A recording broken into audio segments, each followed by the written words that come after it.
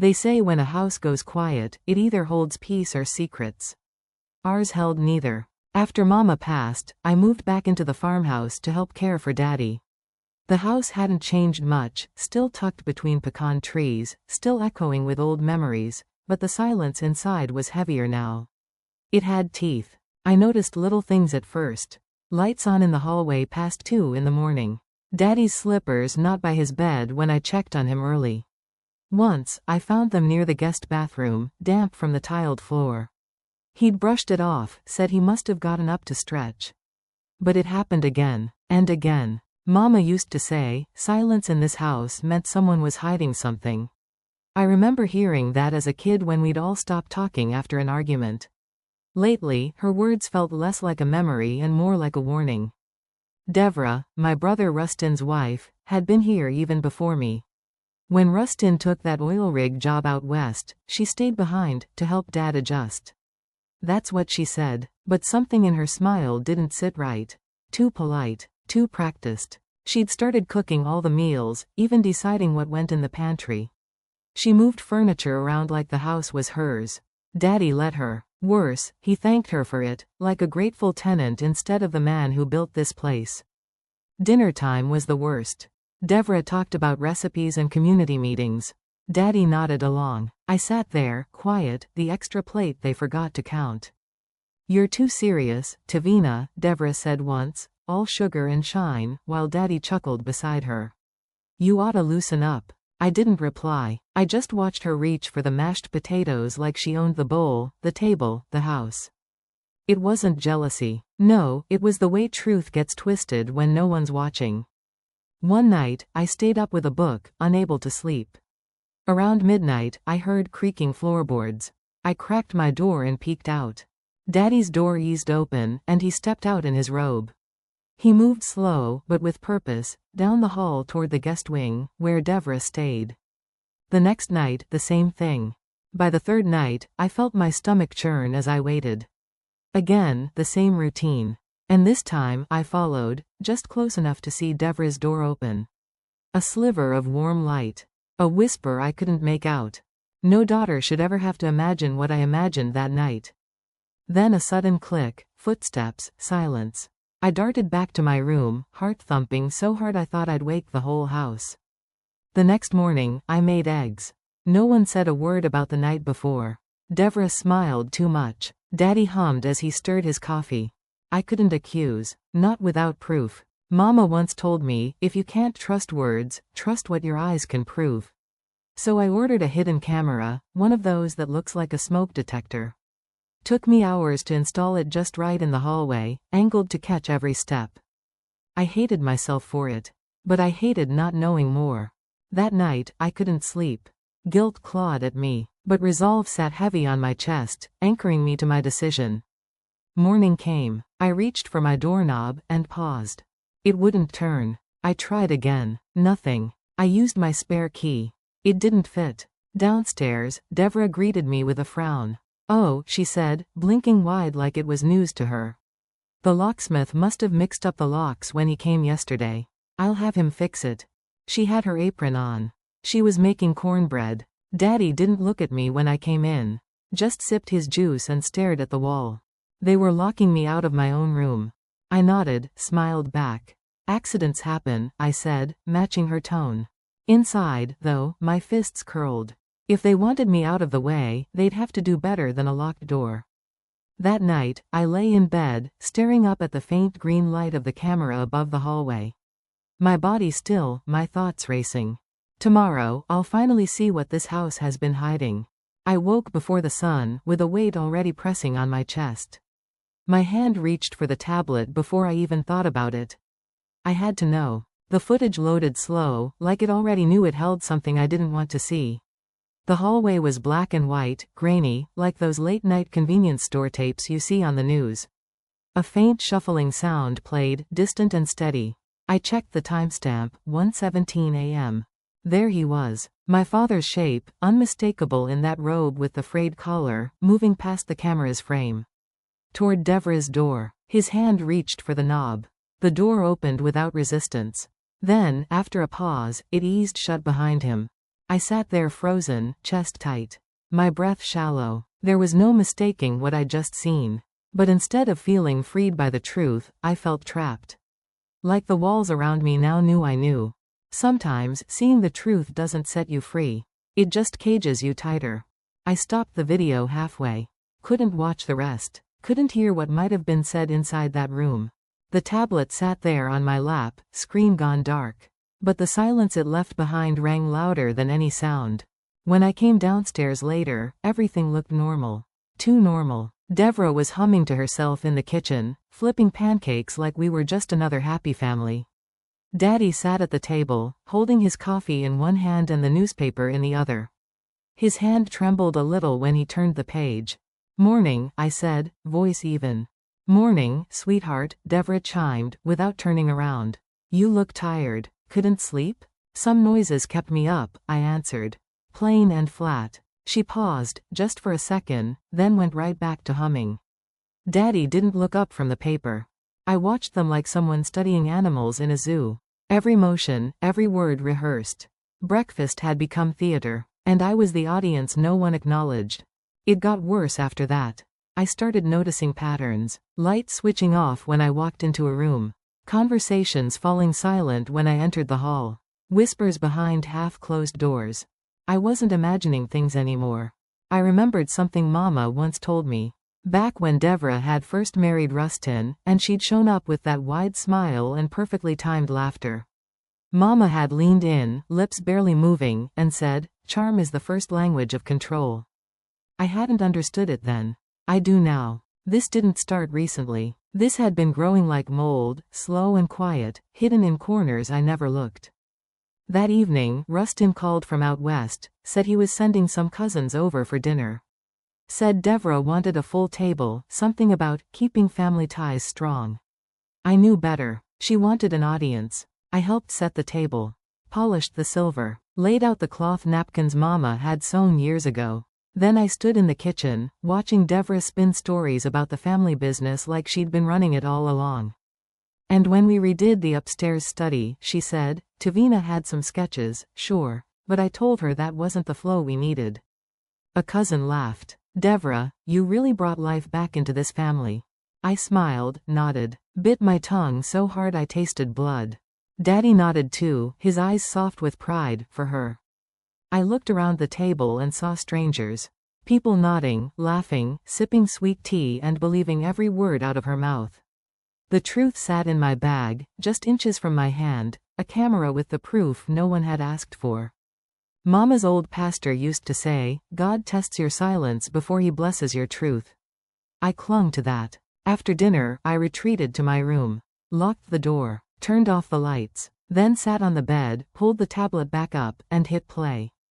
This time, I watched all the way through. The door shut. The camera caught faint audio, her voice, soft but clear, "He'll never know." I stopped breathing. My hand shook so bad I had to set the tablet down. No one would believe me if I told them. I sat there in the dark for a long time. The farmhouse creaked and shifted. Every sound felt personal, like the house was in on the lie. Eventually, I deleted the copy from the tablet. Pulled the SD card and hid it deep under the floorboard near the dresser, where the old house's wood was already loose. Then I turned off the lamp and lay back. It was quiet again. Until I heard them. Footsteps in the hall. Not rushed. Not sneaky. Just certain. They stopped outside my door. And stayed there. That night, I realized the truth doesn't scare me anymore. People do. The day began quiet, the kind of quiet that pretends to be peace. I walked through the old living room, the same faded wallpaper still curling at the edges. Mama's framed photo hung on the wall above the piano, the glass catching the light like she was still watching. The air smelled like cedar and lemon polish, her scent, somehow still there after all these years. I ran my fingers along the fireplace mantel, the grooves of wood I once helped carve when Daddy built the place. I'd been proud back then. This house had felt alive, warm, ours. Now it felt like a museum I wasn't allowed to touch. A stage set for someone else's play. Mama used to say, "Home is where your name is spoken not just over dinner, but at dawn." I whispered those words to myself, and they echoed back hollow. Outside, through the window, I saw Daddy sitting on the veranda, his shoulders slumped but his smile practiced. Devra leaned down and kissed his cheek, her hand resting on his arm like a well-trained nurse. From a distance, it looked tender. Up close, it looked rehearsed. Warmth tugged at something deep inside me, but it wasn't love. It was loss wearing love's face. Later that afternoon, as I dusted the shelf near Mama's books, I thought about my last birthday. My 39th. I'd made a gift for Daddy that year, a wooden box, hand-carved, smooth as glass, with the initials, TK, for Tavina Kent, our family name. I'd worked on it for weeks. At dinner, Devra had stood up all smiles and handed Daddy a wrapped box. From all of us, she'd said. Inside was a shiny wristwatch, gold trim, brand new. Rustin picked it out, she added, ignoring me completely. Daddy thanked her, called her thoughtful, while I sat there, smiling like it didn't matter. But I remember thinking, she'd stolen something invisible that night. My place at the table. I'd gone out to the barn afterward to breathe. That's when I saw it, the box I'd made, half hidden in Devra's trunk. My initials had been scraped off, replaced with D.H.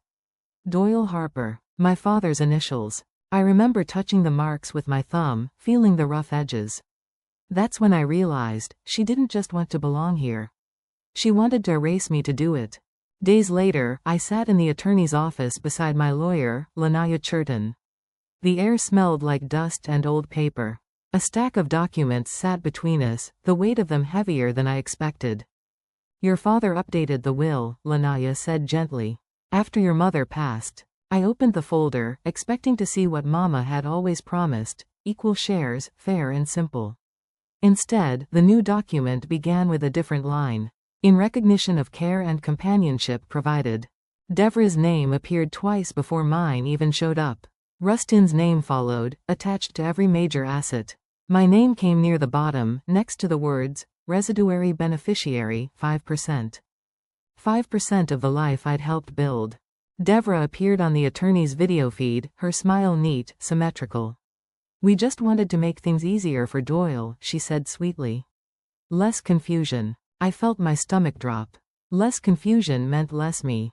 I stared at the signature at the bottom, Daddy's shaky handwriting, the ink smeared like someone had held his hand while he signed. I could almost hear Mama's voice again. Protect what's right, even when right doesn't want to be protected. When we left the office, Lanaya looked at me, searching for something. You okay? I forced a breath. No, but I will be. That night, I lay awake, the ceiling fan spinning above me, slow and rhythmic. Rain tapped against the window, steady as my thoughts. I wanted to march downstairs, shove the papers in Daddy's face, demand answers. But anger wouldn't get me what I needed. Proof would. Mama's words echoed again. Patience is proof when you can't prove yet. I stared at the ceiling, whispering to myself, not yet. The next morning, Devra knocked on my door. We're hosting a church fundraiser Friday, she said. You'll help, won't you? People always ask about you. Her tone was honey over glass. I nodded, pretending to think it over. Of course, I said, smiling the way she did. Wouldn't miss it. She left satisfied. I stayed standing, fists clenched behind my back. Strategy over emotion. That's what I told myself. If I spoke too soon, they'd twist my truth before it had legs to stand on. But if I waited too long, there'd be nothing left to stand for. By nightfall, I sat up in bed again, watching the soft green glow of the hidden camera above the hallway door. 1 a.m. The house was still, except for the occasional creak from the wind pushing through the old wood.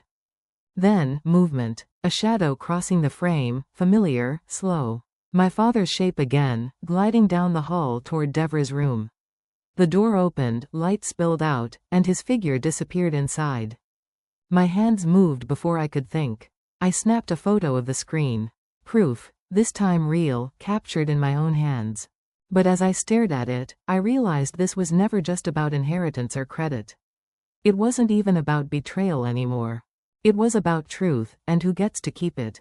I walked into Calder's playroom that afternoon with a handful of scrap wood and a promise I could no longer ignore.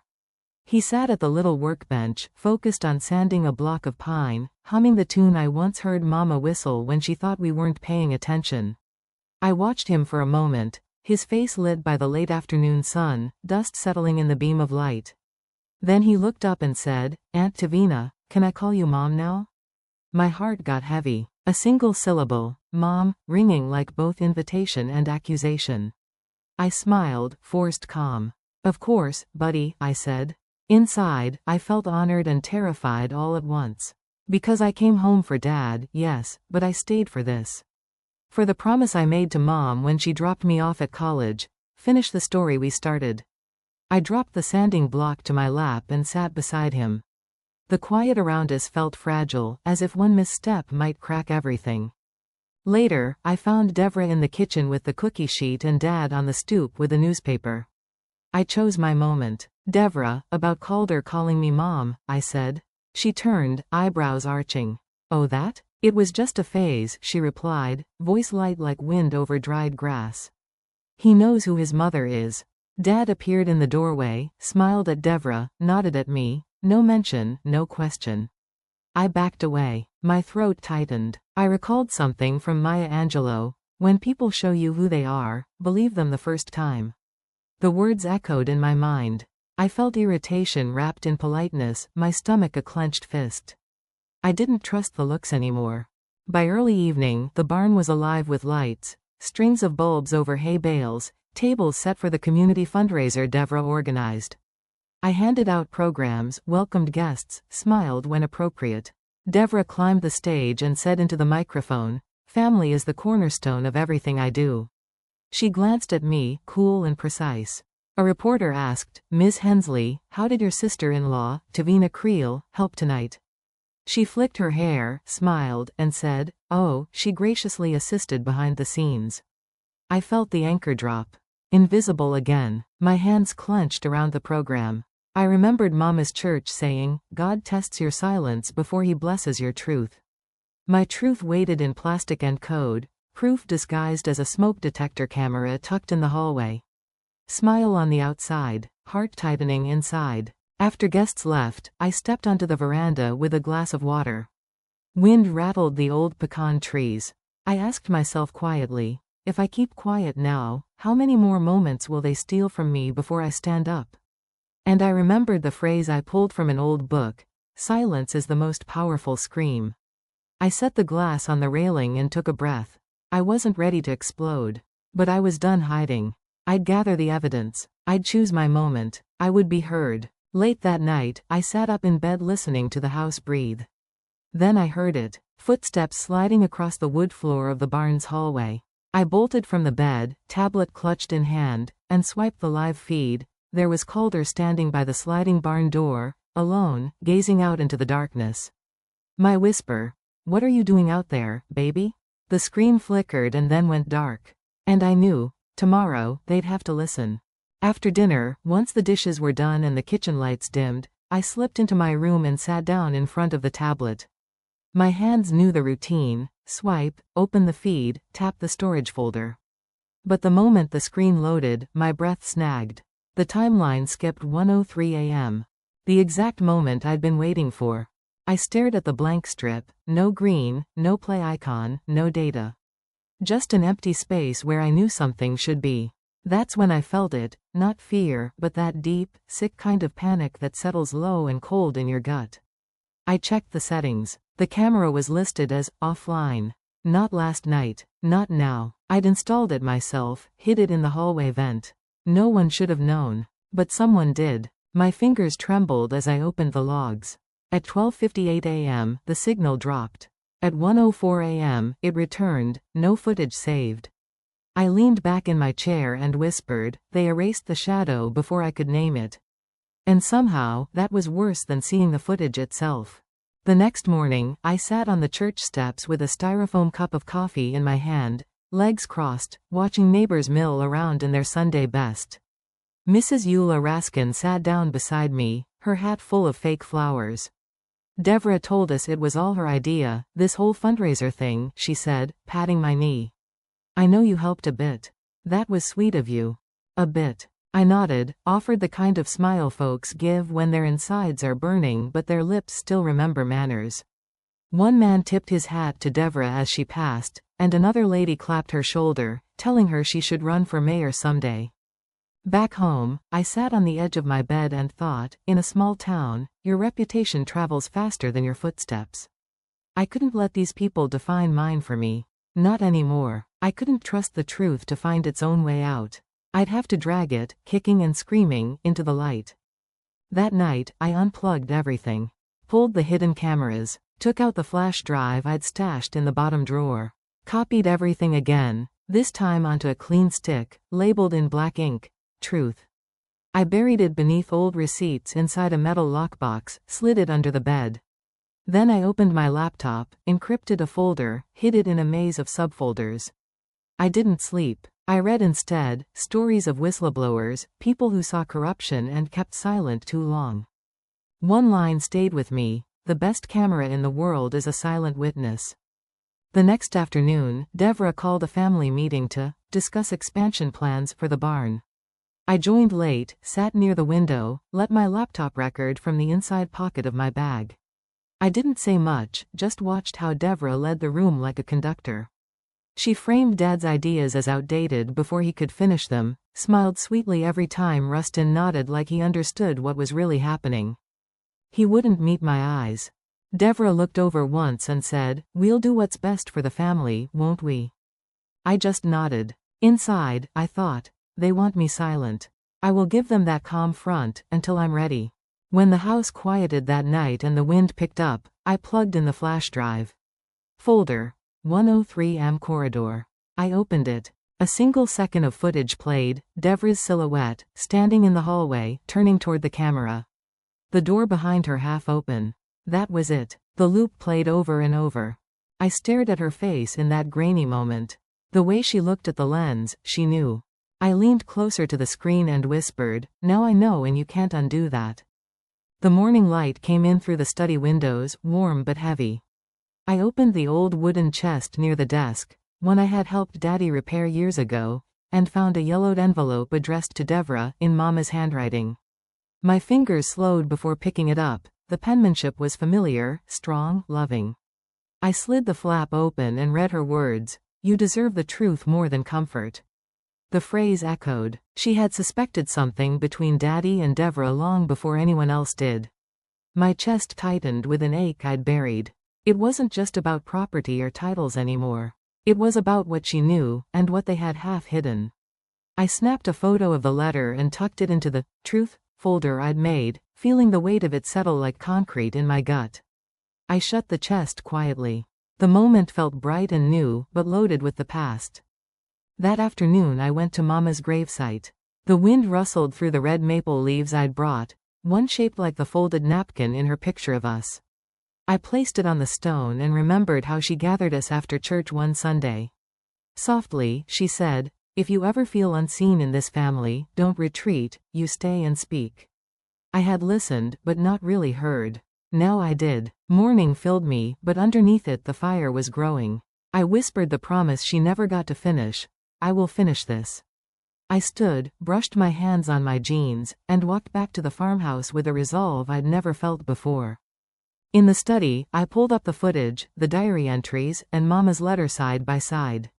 Lines connected. Midnight walks, pillows rearranged, the new will, the swapped gift.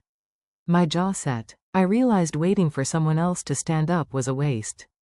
I drafted an email to Devra and Rustin, family review meeting. Farm conference room, 10 a.m. Saturday. I hit send and pressed record on my phone, every word logged. I leaned back, thinking, they expect me to fold. Tonight I stand. Quiet isn't peace, it's surrender. Shortly after, I printed flyers and handed them out to extended family and stakeholders. Devra's eyes flicked over the email when she arrived, lips tight. Daddy nodded curtly when I said the agenda would cover all family holdings and roles. That silence, thick and cold, spoke more than any argument. I recognized it. The moment when things shift. Either they admit what is happening, or the facade collapses. On the morning of the meeting, I arrived early. The barn study room smelled of old hay and varnish. The letter sat on the conference table, the flash drive and backup data next to it. I watched the door open behind me and turned. Devra stood there in a crisp blouse, smile cool. She said, "I see you brought your toys." I held back a laugh. These aren't toys. They are proof of the world you built and the lies you've held. Her eyes narrowed. Rustin looked away. Daddy's throat bobbed as he swallowed. The game had changed. The evening light slipped through the blinds in the study as I walked in with a stack of papers, land titles, corporate filings, notarized statements, all bearing my name. I laid them across the mahogany desk I once refinished with my mother, feeling the grain under my fingers. I remembered her saying, "If you want it to last, finish it yourself."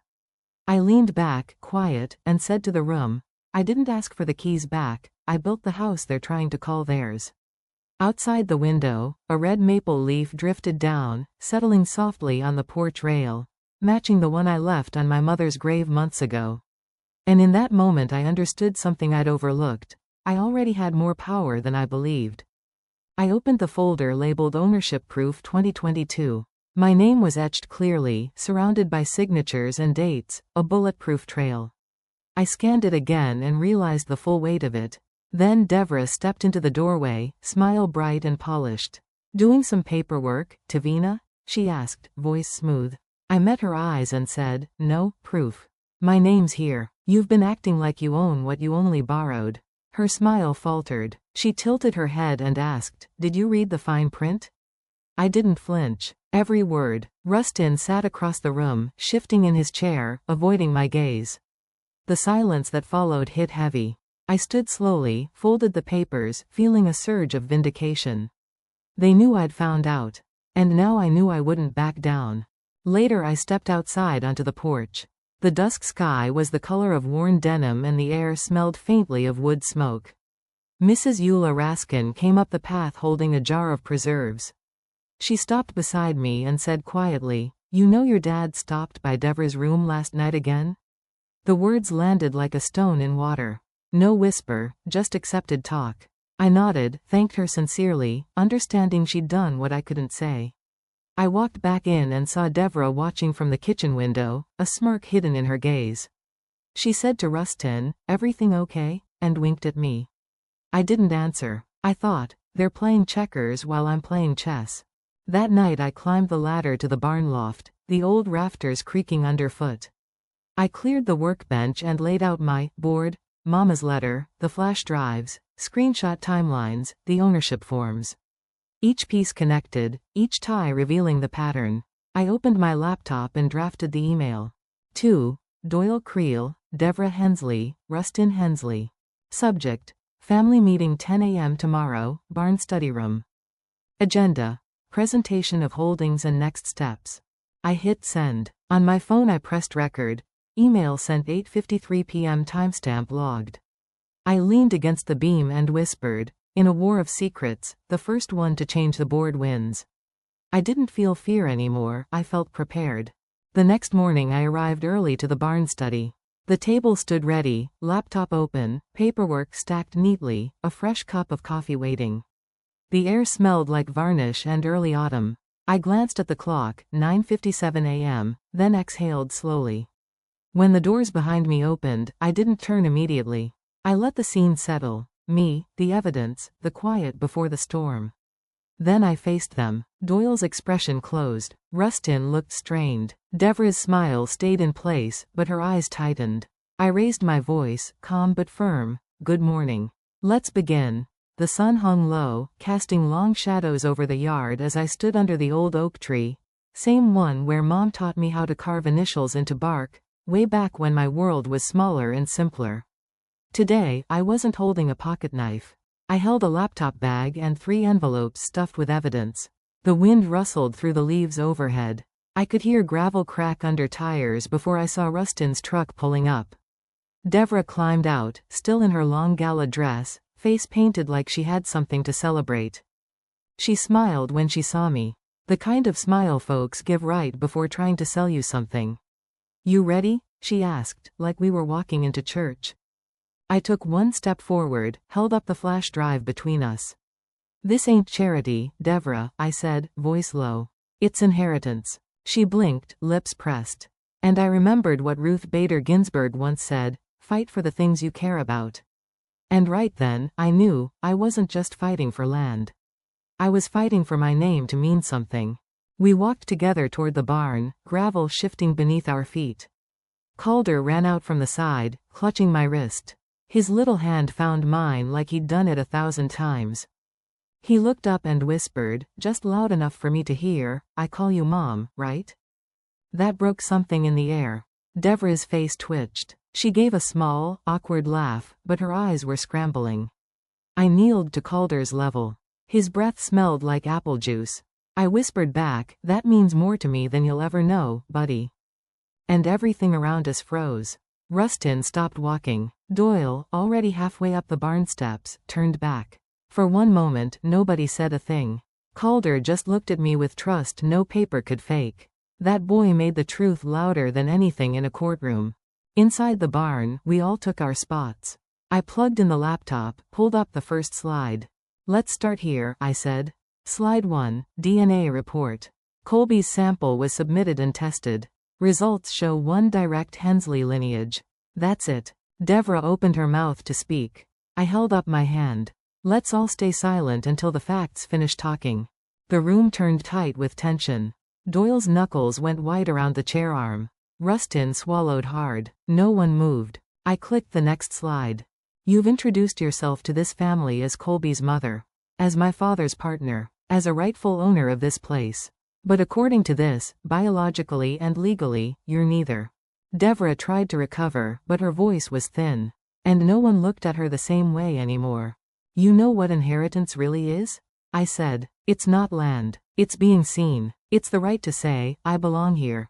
I moved to the final file, security footage. I clicked play. A black and white grainy image appeared. The side door, timestamp 1:03 a.m. The figure slipping out was unmistakable, Devra, in her nightgown. The barn light flickered. Max, the family dog, padded into frame, stopped near the door, barked once, and turned toward the camera. The zoom-in showed his collar, Max, Creel Family Farm. No one said a word. Even the old wood of the barn seemed to hold its breath. Devra touched her hair, smoothing it back. This is ridiculous. I cut in, softly. Max knew who was sneaking around. Now we all do. There was nothing else to explain. I shut the laptop, took my time standing, looked at each one of them, my father, his ghost of a backbone, Rustin, sitting in shame, and Devra, still trying to hold on to a story that had already come undone. Tonight, I said, we clean the house. Not just of dust, but of secrets. Morning sunlight poured through the tall windows of Mr. Bannock's office, cutting lines of gold across the desk where I sat. The old building smelled faintly of cedar and paper, a smell that reminded me of courthouse corridors and my father's study. I sat still, hands folded, waiting. The folder on the desk looked heavy enough to hold decades of unfinished business. Mr. Bannock adjusted his glasses and said softly, "Thank you for being on time, Tavina." His tone was calm, measured. He pulled out a sealed envelope stamped with the family crest. Your father's final revision. Devra entered a few minutes late, hair undone, makeup faded around the eyes. Rustin trailed behind her, shoulders slumped, the air between them thick with exhaustion. Nobody spoke. Bannock broke the silence. There's one last clause, he said, unfolding the papers with deliberate care. I could feel every second stretch thin. As he spoke, I remembered something Eleanor Roosevelt once said, you gain strength, courage, and confidence by every experience in which you really stop to look fear in the face. And sitting there, I realized I'd already done that, every day for years. Bannock cleared his throat. The revised will grants full custodianship of the Creel farm, the properties, and all associated intellectual rights to Ms. Tavina Creel. Devra blinked, confusion flashing into disbelief. No, that can't be right. He continued, undeterred. The clause cites long-term emotional and moral contributions that outweigh surface loyalties. Your father made the change himself. It's dated, witnessed, and notarized. Then he reached into the file again, pulling out a phone, screen dim. There's more, he said. A message he recorded for this day. He tapped play. Dad's voice filled the room, steady, tired, but clear. If you're watching this, it means I had the guts to make it official. Tavina, you were right. Not about all the fights, but about what's worth keeping. I let pride blind me. But this place, this family, stands because of you. I want that on record. Devra gasped. Rustin muttered he wouldn't, but Bannock raised a hand. It's legally binding, he said quietly. He wanted it that way. For a long time, no one moved. The air carried both grief and relief in equal measure. I didn't gloat, didn't smile. I just breathed in the moment, letting it settle the way dust does after a storm, soft, final. When we walked out of the office, the sun had climbed higher. I could almost feel the weight lifting from my shoulders with each step toward the parking lot. Back home, the farmhouse porch creaked under my feet. Calder stood beside me, his little hand clutching mine as we watched the wind scatter the first leaves of fall across the yard. The world felt quieter, different, but good. I held Dad's old journal, leather-worn and edges curled, the one he started the year I was born. Inside the back cover, in his unmistakable handwriting, was a final note. I knew you'd rise. Always. I traced the letters with my thumb and smiled, not from victory but from release. The storm had passed. The truth had spoken. That afternoon, Calder and I planted the last of the sunflower seeds near the fence line. Will they grow before it gets cold? He asked. Some will, I said, pressing the soil over his small hands. The rest will wait until next spring. That's how life works, buddy. The scent of earth filled the air, and for the first time in a long time, it didn't remind me of loss, it reminded me of continuity. Later, as the sun began to set, I set up my camera on the porch rail and hit record. The red light blinked steady. I looked straight into the lens. Truth doesn't scream, I said slowly. It waits. And when it finally shows up, it doesn't ask for permission. I paused, took a deep breath, and continued. To the women watching this, especially the quiet ones who've been told to let things go, don't. Document everything. Believe what you see. You are not invisible. The wind picked up, stirring the trees.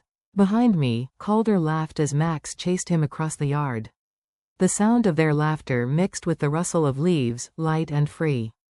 I closed the journal and set it beside me, the leather warm from the sun. Peace had a strange sound. It wasn't silence, it was the absence of noise that didn't matter. Just as I was about to turn off the camera, my phone buzzed. Unknown address. Subject line. Your father's last story draft, found in storage. I stared at it for a moment, then smiled, faintly. Some legacies don't end, they just wait to be found.